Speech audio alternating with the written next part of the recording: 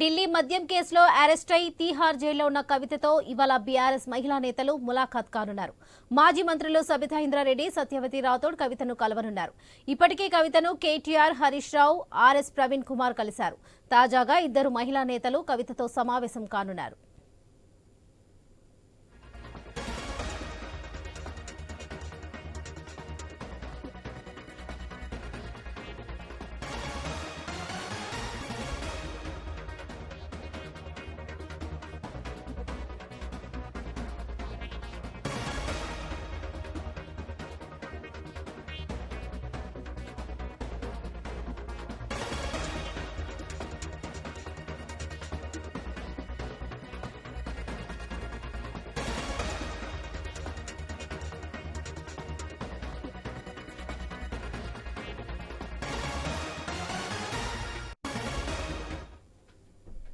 ఢిల్లీ మద్యం కేసులో అరెస్ట్ అయి తీహార్ జైల్లో ఉన్న కవితతో ఇవాళ బీఆర్ఎస్ మహిళా నేతలు ములాఖాత్ కానున్నారు.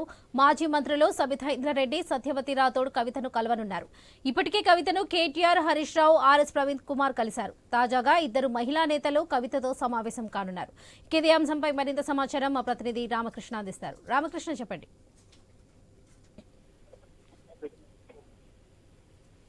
హలో. ఎస్ రామకృష్ణ, చెప్పండి. హలో హలో రామకృష్ణ, చెప్పండి.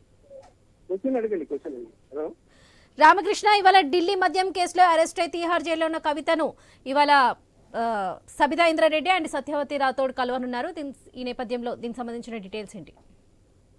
ఈ రోజు బీఆర్ఎస్ ఎమ్మెల్సీ కవితను సత్యవతి రాథోడ్ అలాగే మాజీ మంత్రి సబితా ఇంద్రారెడ్డి కలవనున్నారు.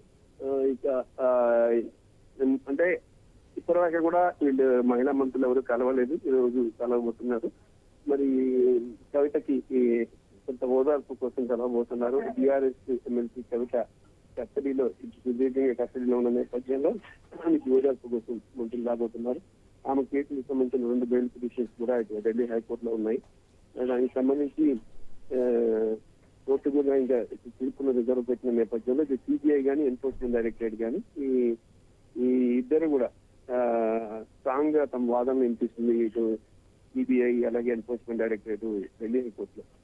సో వీటికి సంబంధించి సిబిఐ అబ్జెక్షన్స్ లేకపోతే, ఎన్ఫోర్స్మెంట్ డైరెక్టరేట్ కానీ అబ్జెక్షన్స్ కానీ చేయకపోతే దెన్ కవితకి బెయిల్ వచ్చే అవకాశం ఉంది. ఒకవేళ స్ట్రాంగ్ అబ్జెక్షన్ చేసినట్టుగైతే కవితకి బెయిల్ వచ్చే అవకాశం అయితే లేదు.